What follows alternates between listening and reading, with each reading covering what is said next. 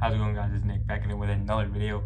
If you were struggling to find your first few clients, guys, here are some tips I'm going to be giving you today that are unpaid and all organic that you can use at the start of your business to help you get your first 10 clients. Now, most people think you need Facebook ads and all these type of paid advertisement services to really, get your first client. But you really don't, guys. You want to start off based on who you know, your personal network, right? Friends and family is really going to be the first option you kind of reach out to and pitch your service or product that you'll be selling. And how do you approach these close individuals? You don't want to force them to buy your product or service, guys, because you will ruin these type of relationships, and you don't want to ruin relationships with close friends and family. But you want them to help you spread the word, right? Spread the word that, okay, I started this business, a service-based business. Spread the word to your friends and family, right? You don't want to directly try to close them, because this is just ultimately going to ruin relationships, and I've seen it before, and even personally. And what you could do on your end, guys, is leverage your social media, leverage your personal page, plus your personal page or brand page you're building for your business. For example, me and my brother own a mobile auto detailing business. We just started creating content based on that niche, right? Leveraging and using the audience that we started reaching out to with this boy right here.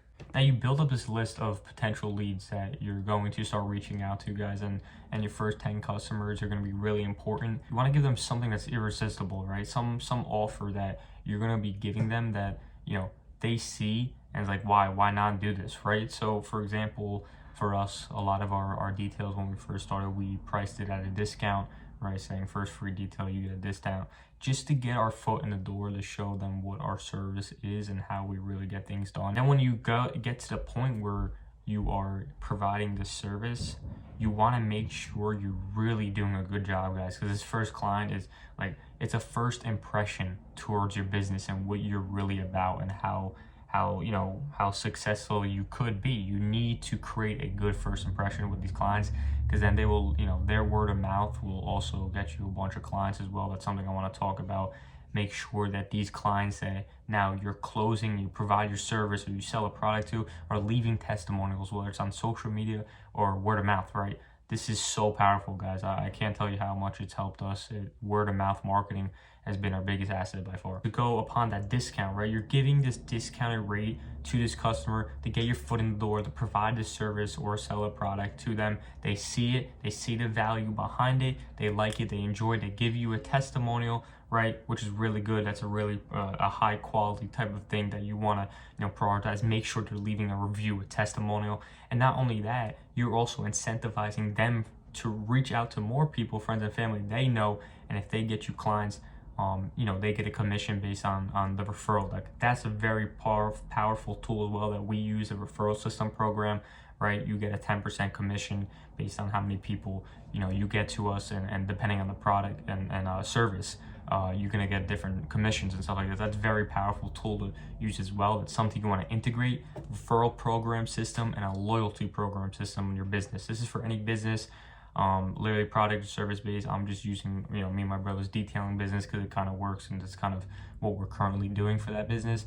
Obviously for all my other businesses, I use the same sort of tactics, but it's a little different depending on your niche and what you're really tackling. This is something that people are very scared to do. I don't understand why, but the only way you're really going to grow your business fast, and I mean very fast, if you go to networking events, if you go in person and meet individuals, whether it's your clients you're providing your service to, or just going to social events based on your niche business or whatever, and talking to people, guys. You have to just get out of that comfort zone and just start talking to people, guys. I can't tell you how many, I was scared to talk to people, but you kind of just have to force yourself into situations, and you grow from that as well with your own confidence. And as you build confidence and you meet new people and you talk to people, you understand how to communicate with people. You understand that how to not to only close people, but also build relationships, right? You need to focus on, how am I going to build a relationship with this individual, and not just force them to buy my product or service, guys. You're not going to close anyone like that. They're going to think you're another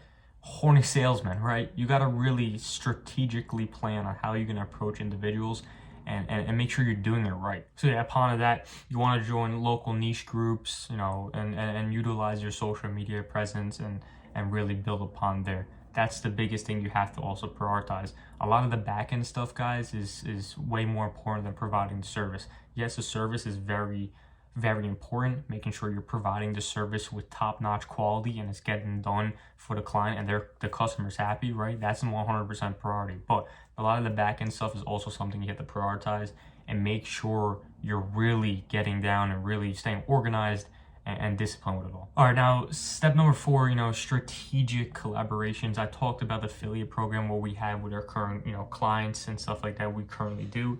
But also something we're currently, in the process of doing and working live is partnering with other businesses. So for example, the detailing business, we use, a lot of products in our videos and we use certain brands. We're very kind of strict on what brands we use when we provide our service and chemicals and stuff. But you want to start reaching out to potential companies and brands you could, work with. Number one, this will get your brand, presence kind of just out there to these brands, reaching out to these brands. Not only that, when you're working with some of these brands, it just shows that you're professional and you're legitimate to your clients, to your audience, to people watching, right? So it's very important to also try to work with other brands, right? Try to work with even other businesses and collaborate with them, right? So you could also, leverage their platform to help benefit you, because you definitely can convert some customers from that. And that's very important to just try to branch off. Yes, it takes time. I would wait for that step and more, further into your process of your business, right? A lot of this stuff, this type of stuff is stuff that you kind of go on your way and start thinking about as tactics you could definitely use. But you're first starting off, I wouldn't prioritize reaching out to these brands right away, because one, you have no sort of credibility at all. So if you're reaching out to these brands, it just seems unprofessional, guys. Like if you were for example, chemical brand and a detailing business reached out to you with no followers, no referrals, no, sort of service history, they're not going to want to work with you, right? So you really need to develop that on your own, right? Before you start reaching out to these brands, you got to make sure everything looks professional and, appealing to the eye, that this brand would want to work with you guys. And then the last thing I want to talk about, guys, is just when you build, this book of business, these client lists that you have, you really don't need a lot of clients, guys. You really don't need a lot of clients to have a successful business.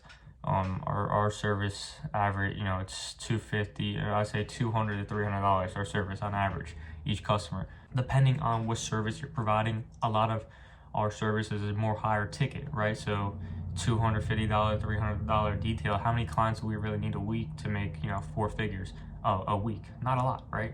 So build up, a system, and then once you build a system, convert these clients. And once you're converting these clients, make sure you're kind of, retaining them. And that's something you have to really focus on, is the retention. How am I gonna retain these customers? So for us, we try to lock a lot of our customers into retaining maintenance details, whether it's bi-weekly, weekly, or just once a month. We also work with a lot of, commercial clients, and we do boats and planes now that we're trying to branch off into, which is going to be huge for us because those are more high ticket, right? When we're cleaning a plane, Gulfstream, or smaller planes, it's from $500 to $4,000 per client. So just think about that. High ticket comes into it too. And you got to understand, guys, you can't be scared to, raise your pricing, guys, because you got to understand your audience is going to understand your service and they're going to see the value behind it. If you price your product or service too low, you're going to attract the wrong customers. I'm telling you, you're not going to build a successful business. Do not be afraid to raise your pricing, or just set your pricing to a level where, your competition's right at, and you could try to compete with them, right? Yeah, at the start, you may need to give discounts. You may need to price your service a little bit low, but don't keep it low because you're killing the potential revenue that you could increase, right? Top line. But not only that, you're gonna attract the wrong customers, people that want discounts all the time, and people that don't really understand your service, right? So you need to understand that, because that's something that will help you a lot and stay consistent in the business when it comes to revenue month over month. Well, yeah, guys, that was a really good video today.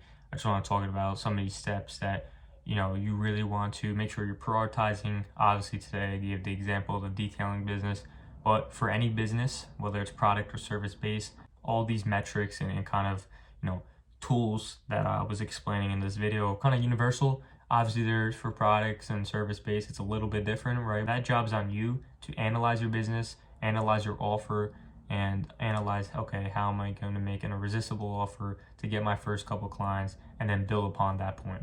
I've done this for all my businesses for many years now, so I understand how it all works. I'm here to help you guys for free here on my YouTube channel and also Discord, which is a link in bio. If you guys have any questions, leave a comment down below, guys. I'll make another separate video for your question or just anything in general. I'm here to help me and my team. But yeah, guys, it's been Nick, 20-year-old entrepreneur, full-time college student, running and managing multiple six-figure businesses.